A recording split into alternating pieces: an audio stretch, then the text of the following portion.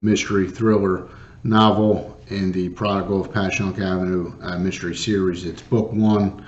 It follows the adventures of Nick DeNobly, a guy who was from South Philadelphia and had moved to South Florida 20 years ago and has to return to the neighborhood after the death of his father. It follows Nick's search for a missing painting that was rumored to have been hidden by his father, Tony DeNobly. And Nick encounters some other people from his past and some other issues from his past. And that's the topic that I'd like to speak to you about today, this notion of catharsis. Catharsis in literature, catharsis in music, catharsis in art.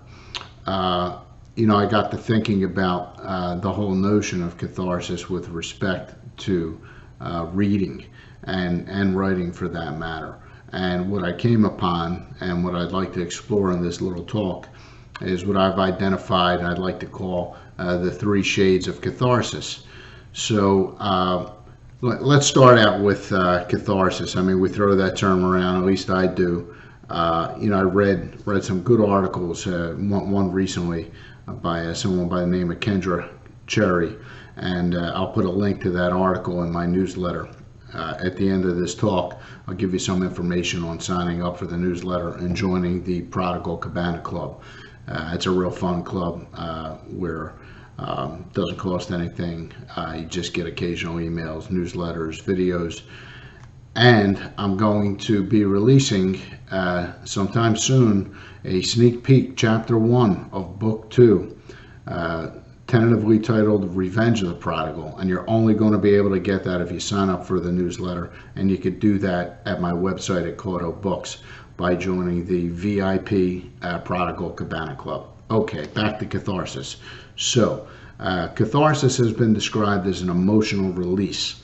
The emotional release is linked to a need to relieve unconscious conflicts.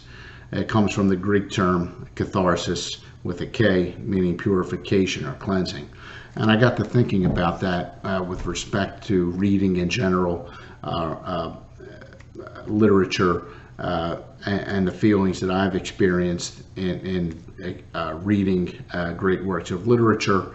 And I'd like to throw that out there for you guys to think about. And I want to proffer the possibility that there's some catharsis going on in Return of the Prodigal. When I say the three levels or the three shades of catharsis. So let's start out with the characters themselves. I think if you've read the book, or at least read some of it, you'll realize that these characters that we encounter, especially Nick, they've all suffered some trauma in their lives, and to varying degrees they acknowledge or disavow that trauma with predictable consequences. Nick is outwardly and for all intents and purposes a successful guy.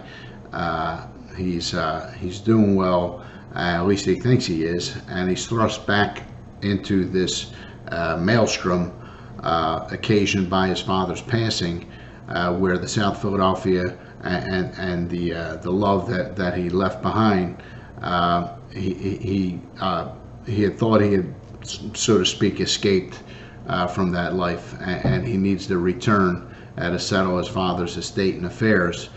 Lo and behold, forces and persons converge upon him in search of this mythical alleged missing painting, the Return of the Prodigal. And Return of the Prodigal, for those of you who don't know, is, well, of course, a biblical story that is very meaningful to me. And it is the subject of a real-life painting by Rembrandt. And it is a painting that sits presently in the Hermitage in St. Petersburg in Russia. And I actually have a book here, a book that a beautiful book, old book that I picked up at a bookstore in Atlantic City. If you haven't been there before, I would suggest you pay it a visit. I love bookstores, especially old bookstores. This is called Princeton Books and Antiques, and they're really great people, and there's some amazing finds. And I stumbled upon this book. It's a book on Rembrandt and his art, and let me see if I could get this into focus for you. So here's the painting. This is the painting that started it all, and this is the Return of the Prodigal as done by Rembrandt, his interpretation of the biblical story of the prodigal son returning to his father. Now there's a number of meanings that you could extract from that after you read the novel, but I want to get back to catharsis and how that gels with the return of the prodigal. So just focusing back again for a moment, we have this catharsis undergone by a number of the characters where they have to confront traumas from their past, confront some uncomfortable feelings and some uncomfortable situations. Some of these are people who believe that they've moved on in their life, and that if they could simply make pretend that none of that ever happened, that they could be successful and happy. So query whether or not that's true. I think as you read the novel, you may undergo a certain catharsis of your own. So what do I mean by that? I want to talk about this second level of catharsis. We have the catharsis of the characters, which is the first level, and secondly, I would propose the catharsis of the reader. So now, at least myself, when I read a novel and I get into it, I start to become invested in the characters, and perhaps I may identify with some of these characters and make certain parallels to things that may have occurred to me in my life. And that's really what I was getting at here when I was writing Return of the Prodigal. I was hoping that it would resonate with readers, that people would identify, would empathize. Empathy is a very closely related concept to catharsis, and I believe it's the heart of all fiction, of all good fiction, that after you experience a work of literature, a work of art, that you have this idea of identification and feeling that you're not alone, that there are other people who feel precisely as you do. And there's a character, I don't want to give away too much, but who experienced a moment of catharsis when he was viewing a work of art, a work of visual, a painting, and the big realization for him, and it was many years ago and continents away, was that he wasn't alone, that other people felt exactly as he did. And I think that's a really important concept with respect to literature, I would hope with respect to your reading of Return of the Prodigal. So this brings us to the third shade, or the third level of catharsis. And it's near and dear to me because it's the catharsis that I would propose is undergone by the writer or the artist when during the process of creation. As I wrote Return of the Prodigal over a number of years and then eventually months, when I got serious about it, writing's a funny thing. You do it, at least I do, in a somewhat dark room. You're shut off from the world, and you have these thoughts in your mind that you want to put down on a page, and you can only hope that will someday resonate with a reader. And let me tell you, there's a whole lot of self-doubt bundled up in that, because that's certainly not a lock.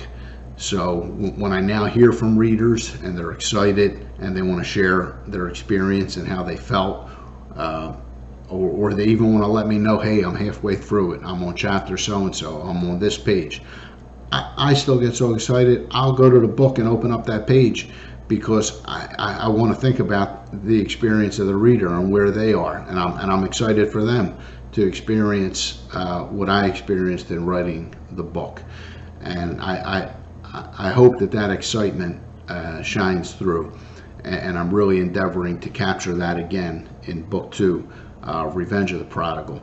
So yeah, a little more on that. I mentioned that I'm working on the book. So what I'm going to do is I'm going to put together a sample of chapter 1.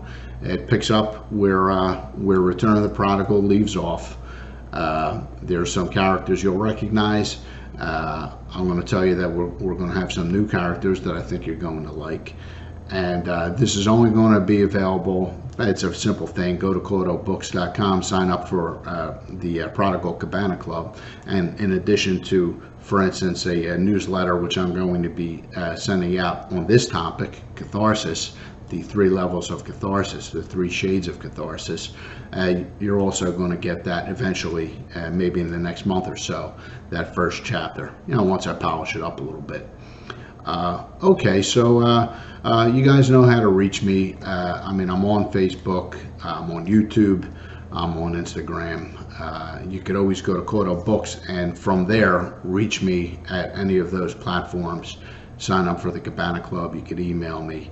And you could, I like when people comment on the social media posts. It's a lot of fun, and we've been having a lot of fun with it. So thank you. If Return of the Prodigal is of course available on Amazon. It's available on some other platforms too, but that's really the best way to get it. Go to Amazon, Return of the Prodigal. It's presently it's actually marked down to $9.99. Amazon, presumably in their wisdom, is doing that to boost it, and that's fine by me. The Kindle book, I actually made that available for $2.99. Some people like to read on Kindle. It's really cool. And I see your page reads for those of you who are enrolled in Kindle Unlimited and get the book for free. If you're enrolled in Kindle Unlimited, it's kind of like Netflix, but for books. And I get to, check out. I'm like, wow, today, people read, so many thousand pages, and it's really a kick. And I'm loving it, and I'm hoping that the readers love it. So if you haven't gotten your copy, please do.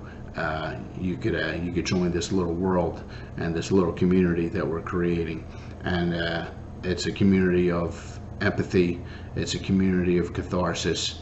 It's a community of positivity, and I'm really loving the role that the readers are taking in some type of grassroots effort to get the word spread around, because that's what it's really about, and that's why I wrote the book. I wanted to get it in as many hands as possible and get people experiencing it, and to experience that catharsis between the writer and the reader. And I hope it brings you joy, and I'll be back soon with some more thoughts. So thanks again. Thanks for reading. Thanks for watching. Take care.